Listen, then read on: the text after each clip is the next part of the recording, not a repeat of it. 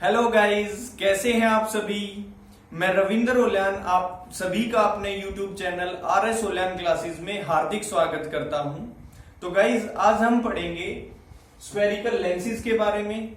इससे पहले मैं आपको याद दिलाना चाहूंगा स्फेरिकल मिरर्स के बारे में। स्फेरिकल मिरर्स दो टाइप के थे, कन्वेक्स मिरर और कनकेव मिरर।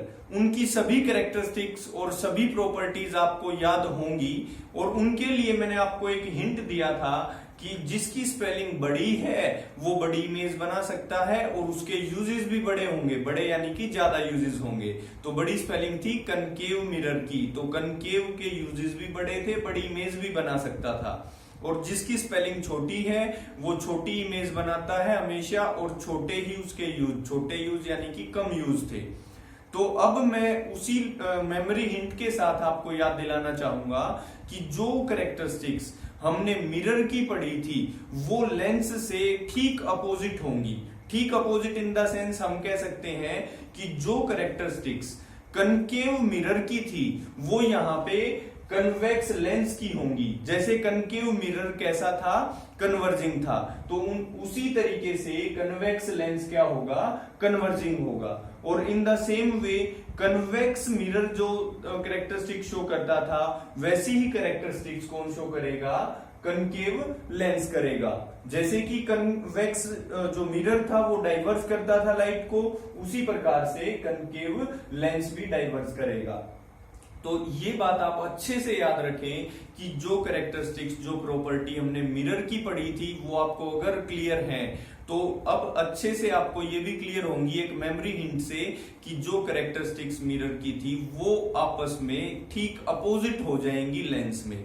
और उसी दो टाइप के लेंस होंगे, कन्वेक्स लेंस और कनकेव लेंस। तो आपस में जो कैरेक्टरिस्टिक्स कन्वेक्स लेंस की थी, कन्वेक्स मिरर की थी वो यहाँ कनकेव लेंस की मिलेंगी, और जो कैरेक्टरिस्टिक्स कनकेव मिरर की थी वो यहाँ कन्वेक्स लेंस की होंगी।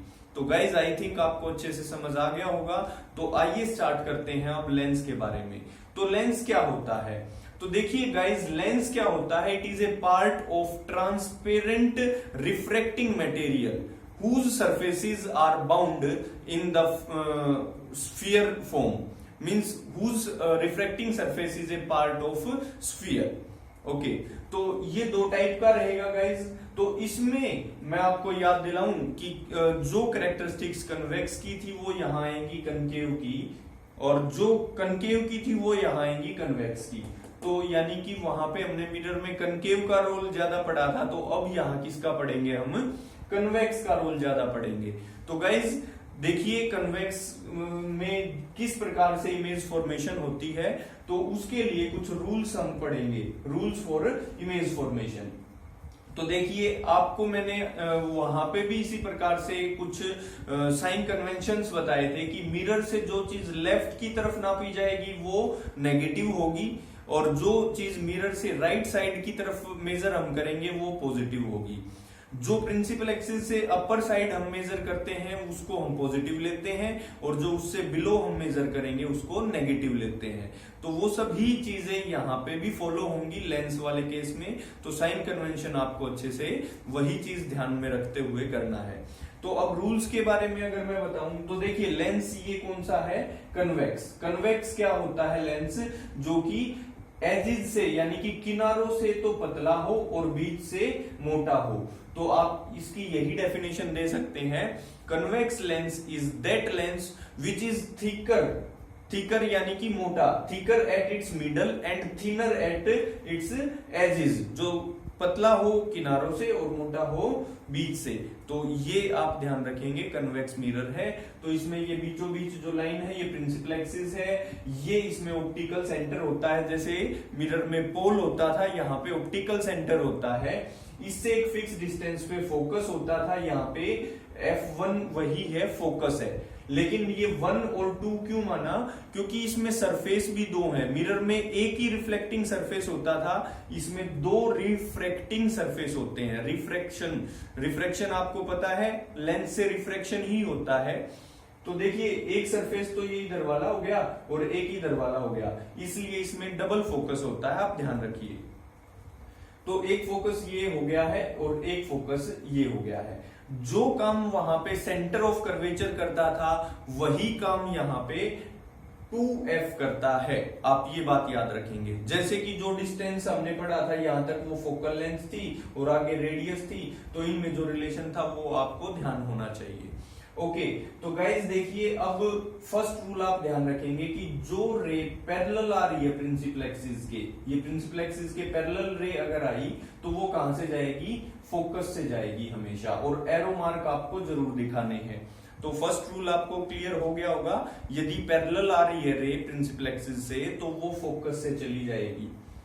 सेकंड रूल है कि यदि कोई रे इस प्रकार से आए कि वो ऑप्टिकल सेंटर से पास हुई है तो वो विदाउट एनी रिफ्रैक्शन और we can say without any change in path वो सीधी चली जाएगी, बिना मुड़े तुड़े सीधी जाएगी। ये हमारा सेकंड रूल है इमेज फॉर्मेशन के लिए। और थर्ड फर्स्ट वाले का अपोजिट है, यदि रे ऑफ लाइट फोकस से आई है तो वो पैरेलल चली जाएगी प्रिंसिपल एक्सिस के। तो ये तीनों रूल आपको क्लियर हो गए होंगे, और वही बात मैं बोलूंगा जहां पे तीन में से कोई दो रूल हम लगाएंगे, और जब रिफ्रैक्शन होने के बाद जहां दो रेज मीट होंगी वहां इमेज बनेगी। तो अब आइए चलते हैं। तो 6 केसेस जैसे हमने मिरर में पढ़े थे वही 6 केसेस हम यहाँ पे लेंस में पढ़ेंगे। तो यहाँ पे अब हम स्टार्ट करते हैं formation of image by convex lens, क्योंकि कन्वेक्स लेंस का ज्यादा रोल रहेगा वहां पे, कनकेव मिरर का था तो ऑपोजिट है यहाँ पे। ओके, तो देखिए फर्स्ट केस, यदि ऑब्जेक्ट इन्फिनिटी पे है, बहुत ज्यादा दूर है, तो इन्फिनिटी पे है तो रे ऑफ लाइट हम टेढ़ी मानते हैं कि वो इंक्लाइंड आएगी। तो अगर रे ऑफ लाइट आई तो ये मिरर कैसा है, सॉरी ये लेंस कैसा है, मैंने आपको बताया जो कनकेव होता है वो डाइवर्जिंग होता है, और जो कन्वेक्स है ये कन्वेक्स है तो ये क्या करेगा, कन्वर्ज करेगा। तो रे ऑफ लाइट ऐसे आ रही थी, इसने थोड़ा कन्वर्ज कर दिया, यानी कि उसको और मोड़ दिया, कन्वर्ज कर दिया, तो ये ऐसे आ गई। दूसरा हमने पढ़ा है कि रे ऑफ लाइट यदि ऑप्टिकल सेंटर से पास हुई है तो वो बिना मुड़े तुड़े आगे जाएगी, जहां पे दोनों रेज काटेंगी वहां पे इमेज बनेगी। तो देखो बहुत छोटी सी इमेज बनी है, तो हम कहेंगे कि इमेज कैसी बनी, हाईली रिड्यूस्ड, बहुत छोटी। और कैसी बनी है, रियल एंड इन्वर्टेड। आप ध्यान रखेंगे जो प्रिंसिपल एक्सिस से नीचे बनती है वो हमेशा रियल एंड इन्वर्टेड होती है। तो प्रिंसिपल एक्सिस से नीचे बनी है तो रियल एंड इन्वर्टेड है। ओके, तो फर्स्ट केस जब ऑब्जेक्ट इंफिनिटी पे था तो इमेज कहां बनी, फोकस पे। अब आप क्या नोट करोगे, जैसे जो 6 पोजीशन थी, एक तो इंफिनिटी हो गया, एक 2f से फिर भी पीछे है, फिर 2f पे आएगा, फिर एक स्टेप आगे यानी कि इन दोनों के बीच में, फिर फोकस पे, और फिर फोकस और सेंटर के बीच में। ये 6 पोजीशन फिर से काउंट करा रहा हूं। एक तो सेंटर और फोकस के बीच में होगा एक पोजीशन, दूसरा इसी फोकस पे आ जाए 2 पोजीशन, थर्ड पोजीशन इनके बीच में हो सकती है, फोर्थ पोजीशन इसी के ऊपर हो सकती है, फिफ्थ पोजीशन इससे थोड़ी आगे है लेकिन वो काउंटेबल डिस्टेंस है तो उसको हम बोलेंगे बियॉन्ड 2f, और एक पोजीशन ऐसे कि बहुत आगे हमें पता नहीं इन्फिनिटी पे, तो वो पोजीशन के लिए जो रे डायग्राम है वो ऐसा है। मैंने आपको समझा दिया कि किस प्रकार से इमेज बनी, रियल एंड इन्वर्टेड और हाईली रिड्यूस्ड। ओके गाइस, तो सेकंड पोजीशन ऑब्जेक्ट की हो सकती है 2f से पीछे, यानी कि पीछे है लेकिन काउंटेबल डिस्टेंस है, हम इसको मेजर कर सकते हैं। ओके, तो देखिए ए बी ऑब्जेक्ट माना, तो ये ए बी ऑब्जेक्ट जो है, ऑब्जेक्ट के टॉप से रे ऑफ लाइट पैरेलल आ रही है। कैसे आ रही है, parallel to the principal axis. तो रूल हमने पढ़ा था कहां से जाएगी, फोकस से। तो देखिए फोकस से भेज दी हमने, ये एरो मार्क दिखा रखे हैं कि ये कहां से जाएगी, फोकस से। और दूसरा ऑब्जेक्ट के टॉप से ऑप्टिकल सेंटर से हम भेजेंगे, जहां पे भी ये काट जाएंगी, क्योंकि ये तो डेविएट होगी नहीं, मैंने आपको समझाया था सीधी जाएगी, तो ये सीधी भेजनी है, जहां ये काटेंगी वहां पे इमेज बनेगी। देखिए ऑब्जेक्ट थोड़ा बड़ा था, इमेज थोड़ी छोटी बनी है, लेकिन अब क्या नोट करते जाओगे आप, हर चीज का एक लॉजिक सा बता दिया है मैंने। देखो क्या नोट करोगे, जैसे ऑब्जेक्ट था, इमेज मान लो यहां थी, अब ऑब्जेक्ट एक स्टेप आगे आएगा तो इमेज एक स्टेप और आगे जाएगी, ऑब्जेक्ट और आगे आएगा इमेज और आगे जाएगी। तो जो 6 पोजीशंस होती हैं उनमें यही चीज नोट करोगे, जैसे ऑब्जेक्ट एक स्टेप आगे वैसे इमेज एक स्टेप और आगे जाएगी ऐसे। तो देखिए इन्फिनिटी पे था तो ऑब्जेक्ट सबसे पास में फोकस पे था, अब ऑब्जेक्ट एक स्टेप आगे यानी कि बियॉन्ड 2f आया, तो अब फोकस से एक स्टेप आगे यानी कि इन दोनों के बीच में पहुंच गई है इमेज, और छोटी यानी कि डिमिनिश्ड, और इससे नीचे बनी है तो रियल एंड इन्वर्टेड। कहां बनी है? F2 और 2f2 के बीच में बनी है। ओके गाइज, आ गया होगा समझ। नेक्स्ट है when object is eight 2f1, जब ऑब्जेक्ट इससे नेक्स्ट स्टेप क्या आएगा, मान लो इससे नेक्स्ट ऑब्जेक्ट कहां जाएगा? 2f1 पे, तो देखिए 2f1 पे हमने मान लिया ऑब्जेक्ट 2f1 पे है, तो ऑब्जेक्ट के टॉप से रे ऑफ लाइट पैरेलल आएगी, कहां से जाएगी? फोकस से जाएगी, और दूसरी इसके टॉप से बिना मुड़े तुड़े सीधी चली जाएगी, जहां ये काटेंगी इमेज बनेगी। तो आप नोट करो कि यदि ऑब्जेक्ट 2f1 पे है तो इमेज भी 2f1 पे 2f2 पे बनेगी, सेम साइज की इमेज बनेगी।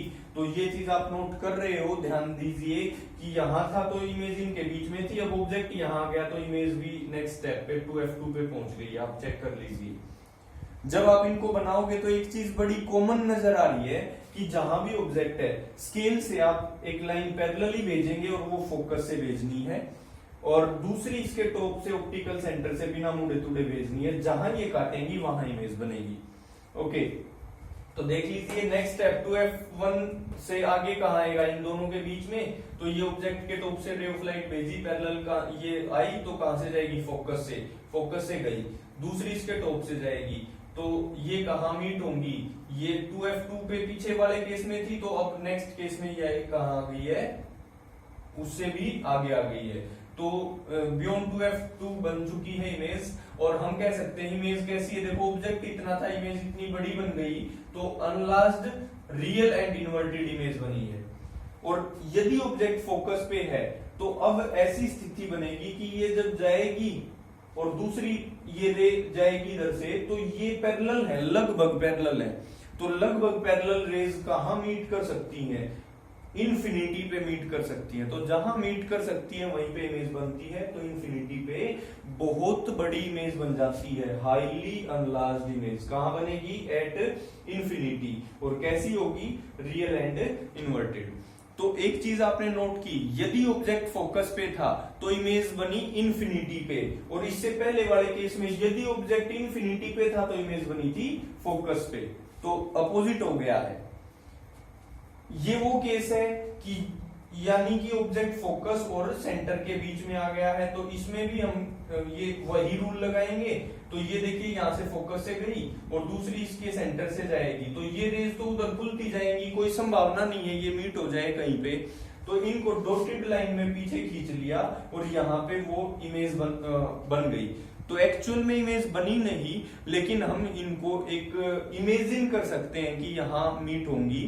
तो जो इमेज बनी है वो प्रिंसिपल एक्सिस से ऊपर बनी मानी जाएगी, तो इसको हम कहेंगे वर्चुअल एंड डायरेक्ट इमेज बनी है। ऑब्जेक्ट इतना बड़ा था, इमेज इतनी बड़ी बनी है, यानी कि अनलार्ज्ड इमेज है, वर्चुअल एंड डायरेक्ट बनी है। कन्वेक्स लेंस के केस में एक ही केस है, जब ऑब्जेक्ट फोकस और सेंटर के बीच में हो तो उस केस में वर्चुअल डायरेक्ट इमेज बनी है, अदरवाइज सभी केस में रियल एंड इन्वर्टेड सभी केस में ये बनती है। तो वहां पे हमने कनकेव मिरर में भी ऐसा ही पढ़ा था, तो आप इनको कंपेयर करके पढ़िए। देखिए फिजिक्स का एक रूल होता है यूनिफिकेशन।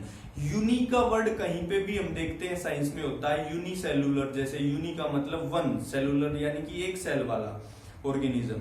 तो हम यूनिफिकेशन करके पढ़ेंगे तो हमारा बोझ जो है हल्का हो जाता है, हमें ज्यादा चीजें याद रखने की आवश्यकता नहीं, उनको एकीकरण कर लेते हैं हम। यूनिफिकेशन मीन्स एकीकरण, यानी कि जो चीजें वहां थी लगभग वो यहाँ पे है, पर बस हमें ये याद रखना है कि वहां पे जो कन्वेक्स की थी वो यहाँ पे कनकेव की है, और जो वहां पे कनकेव की थी वो यहाँ पे कन्वेक्स की है। ओके गाइज, तो आई थिंक ये इमेज फॉर्मेशन आपको अच्छे से समझ आ गया होगा, कोई इसमें डाउट नहीं रहना चाहिए आपको। जब आप स्केल लेके नोटबुक पे बनाओगे तो सब में दो ही, ये फर्स्ट और सेकंड रूल, दोनों रूल लगे हैं कि जहां पे भी ऑब्जेक्ट है ऑब्जेक्ट के टॉप से ray of light parallel I, focus से जाएगी, और दूसरी विदाउट डेविएशन सेंटर से पास होगी। तो जहां पे ये काटेंगी वहां इमेज बनेगी। तो सिर्फ पोजीशन चेंज हो रही है ऑब्जेक्ट की पोजीशन से इमेज की पोजीशन चेंज होनी है। तो वो मैंने आपको बताया कैसे इमेज की पोजीशन चेंज होगी। 6 पोजीशन में से जैसे ऑब्जेक्ट आगे खिसकेगा वैसे इमेज आगे खिसकेगी, जैसे ये एक स्टेप आगे वो भी एक स्टेप आगे। इस प्रकार से आपको ये चीज रियलाइज करनी है। तो गाइज इमेज फॉर्मेशन आपको अच्छे से समझ आ गया होगा। तो अब हम बात कर लेते हैं इसमें, जैसे कि हमने पढ़ा था मिरर फॉर्मूला। तो मिरर फॉर्मूला क्या था मैं आपको बता दे रहा हूं। 1/f is equals to 1/v plus 1/u, that is mirror formula. तो यहां पे हम लेंस फॉर्मूला पढ़ेंगे अभी। देखिए ये रूल्स हटा दे रहा हूं मैं। 1/f is equals to 1/v plus 1/u, ये था मिरर फॉर्मूला।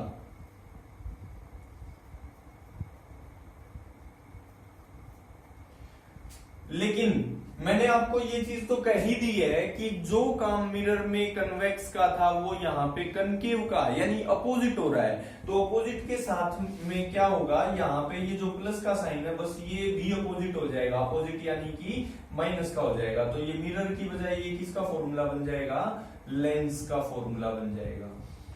एक हमने मैग्निफिकेशन का पढ़ा था, m is equals to h2/h1, ये तो सेम है। एक हमने इसका पढ़ा था -v/u, ये मिरर के केस में था। लेंस के केस में ये माइनस यहां से अपोजिट होके क्या हो जाएगा, प्लस हो जाएगा।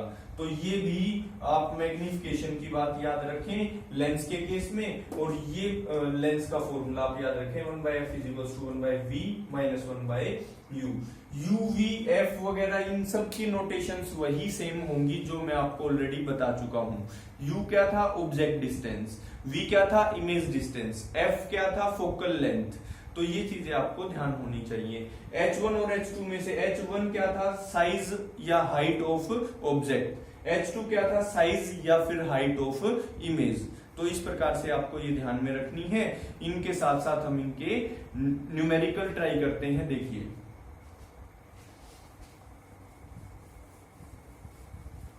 तो बच्चे आप ये जरूर ध्यान रखें, ये लेंस की 6 की 6 इमेज फॉर्मेशन आपको अच्छे से आनी चाहिए। पेपर में ये आ जाती हैं, तो इसको आप अच्छे से एक बार अपने हाथ से जरूर बना के देखें।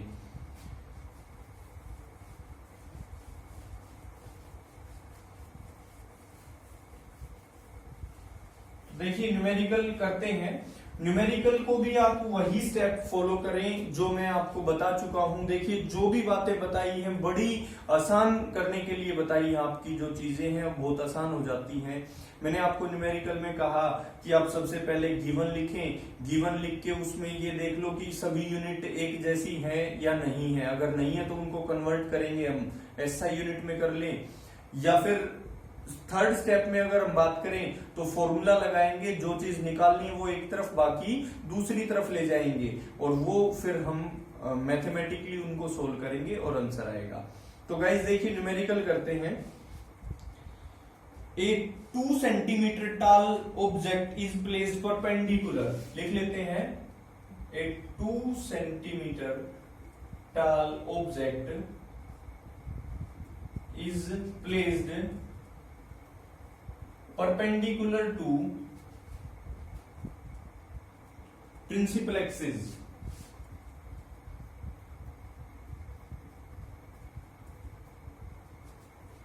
आगे क्या कहा देखिए, of a convex lens of focal length 10 centimetre. Lens कौन सा है, कन्वेक्स है। Convex lens of focal length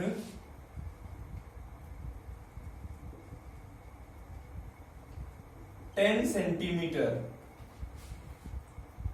The distance of object from lens is 15 centimeter. The distance of object is 15 centimeter from the mirror. आगे क्या कहा इसने देखिए, find the nature, position and size of image. Find nature, size, position of image and also calculate magnification।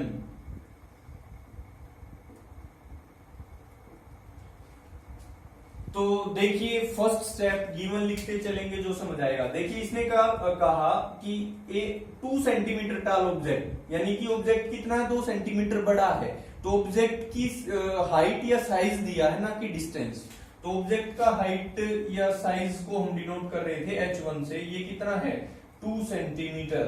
Okay, अब बात कर लेते हैं इस place perpendicular to principal axis of convex lens. Convex lens से हमें हिंट मिला इसकी फोकल लेंथ हमेशा पॉजिटिव होगी। मैं बता चुका हूं कन्वेक्स की फोकल लेंथ हमेशा पॉजिटिव, कनकेव की नेगेटिव। और ये पॉजिटिव क्यों है, देखिए कि जहां भी ऑब्जेक्ट है ऑब्जेक्ट से रे ऑफ लाइट जाएगी कहां से, फोकस से, तो फोकस से जाएगी फोकस तक की दूरी जो होती है उसको फोकल लेंथ कहा जाता है।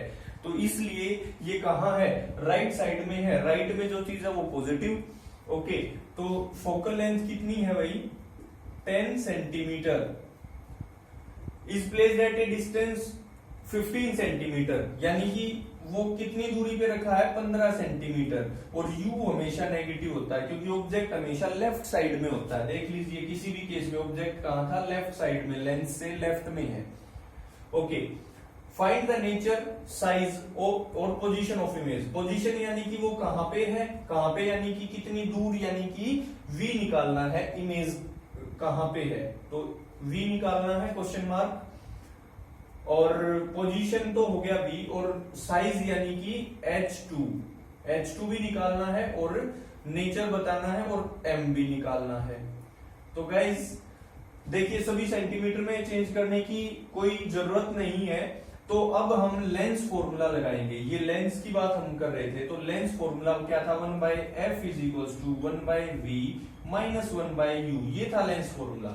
इसमें जो चीज निकालनी वो एक तरफ, बाकी दूसरी तरफ। तो देखिए v निकालना है, v वाली चीज यहीं रखेंगे, -1/u है, दूसरी तरफ जाएगी तो प्लस का हो जाएगा। तो देखो फॉर्मूला बनेगा 1/f + 1/u, ऐसा होएगा। और ये किसके बराबर है 1/v के। वैल्यूज पुट करते हैं, 1/f, f की वैल्यू कितनी है 10, और बीच में क्या था प्लस, u की वैल्यू कितनी थी -15, तो -15 जो ये है ये माइनस का बीच में आएगा तो ऐसे लिखा जाएगा, तो = 1/v। तो देखिए यहाँ पे एलसीएम 10 और 15 का एलसीएम होगा 30, और ये 10 3 जा 30 तो 3 आएगा, माइनस ये 2 आ जाएगा, = 1/v। 3 - 2 दैट इज 1, तो इसको क्या लिखा जाएगा 1/30 = 1/v। हमें क्या चाहिए, v चाहिए ना कि 1/v। तो इसको रेसिप्रोकल करेंगे तो ये क्या हो जाएगा v/1 यानी कि v, तो इधर से भी रेसिप्रोकल करना पड़ेगा। तो v की वैल्यू क्या बनेगी, v = 30 सेंटीमीटर। v की वैल्यू आ गई 30, तो v आ गया। अब h2 निकालना है। तो देखिए मैं आपको बता चुका था कि ये फॉर्मूला था कि h2/h1 = v/u, ये था लेंस में, और मिरर में बस यहां माइनस और आ जाता था। तो जो निकालना वो एक तरफ, बाकी दूसरी तरफ, तो h1 यहां आके मल्टीप्लाई में, h2 = v/u। v कितना है, v अभी आया है 30, और u कितना था -15, माइनस को आगे लिख सकते हैं हम, इंटू h1 कितना दे रखा है 2, तो देखिए 15 से ये कटेगा 2 पे, 2 2 जा 4, और ये है माइनस का, तो h2 कितना आया -4 सेंटीमीटर। हाइट नेगेटिव आई है। हाइट नेगेटिव कब आती है, जब नीचे हो, नीचे है तो अगर कोई भी इमेज नीचे बनी है तो ही तो नेगेटिव नापेंगे हम उसको, और जो भी इमेज नीचे बनती है प्रिंसिपल एक्सिस से वो हमेशा रियल एंड इन्वर्टेड होती है, मैं बता चुका हूं। तो नेचर बताना था, तो नेचर क्या हुआ इसका, नेचर हुआ इसका रियल एंड इन्वर्टेड। अब m भी निकालना था, तो गाइस देख लीजिए m का फॉर्मूला कोई भी लगा लो, या तो h2/h1 लगा लो या v/u लगा लो, दोनों में आंसर सेम आएगा। तो h2 कितना है, h2 आया -4, और नीचे क्या है h1 कितना था 2, तो ये कट के क्या आया, माइनस का 2, तो मैग्निफिकेशन आई माइनस की 2। तो आपको यही चीजें निकालनी थी, आप चेक कर सकते हैं, जहां से भी डाउट हो यू कैन आस्क।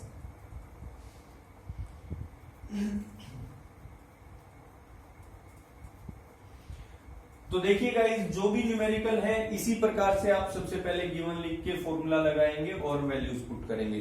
जो मिस्टेक होती है वो यही होती है कि ये जो माइनस वगैरह के साइन है दूसरी तरफ ले जाते हैं तो हम चेंज करना भूल जाते हैं, या फिर क्या होता है जैसे ये प्लस का हो गया था लेकिन यू हमेशा यहाँ नेगेटिव होगा तो वो बीच में भी नेगेटिव आ जाएगा।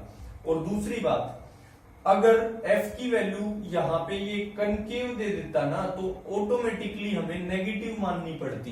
तो ये कुछ चीजें हैं जो बहुत ध्यान रखने की है, बाकी तो सिंपल है। तो लिखिए एक न्यूमेरिकल, आपको खुद करना है, सेम है बिल्कुल। एक कनकेव लेंस ऑफ, ध्यान रखिए कनकेव लेंस है, कनकेव है तो अब की बार फोकल लेंथ ऑटोमेटिकली नेगेटिव लेंगे। तो a concave lens of focal length 15 centimetre दी है focal length. At what distance should an object from the lens be placed, यानी कि कितनी दूरी पे रखा जाए object, at what distance the object should be placed, यानी कि यू निकालना है अब की बार। So that it form an image of 10 centimetre, ताकि वो कितनी बड़ी इमेज बनाए, 10 सेंटीमीटर, यानी कि हाइट दी है किसकी, इमेज की। हाइट ऑफ इमेज क्या होता है, h2, तो h2 निकालना है। और साथ में इसने h2 10 सेंटीमीटर दिया गया भाई, इसने क्या कहा, it form any so that it form an image at 10 centimetre, तो इमेज बना रहा है वो 10 सेंटीमीटर, तो सॉरी मैं गलत बोल गया, इमेज वो 10 सेंटीमीटर दूर बना रहा है, यानी कि v की वैल्यू है। तो v की वैल्यू ये दी गई है 10 सेंटीमीटर। और find the magnification of lens, magnification निकालनी है और u निकालना है।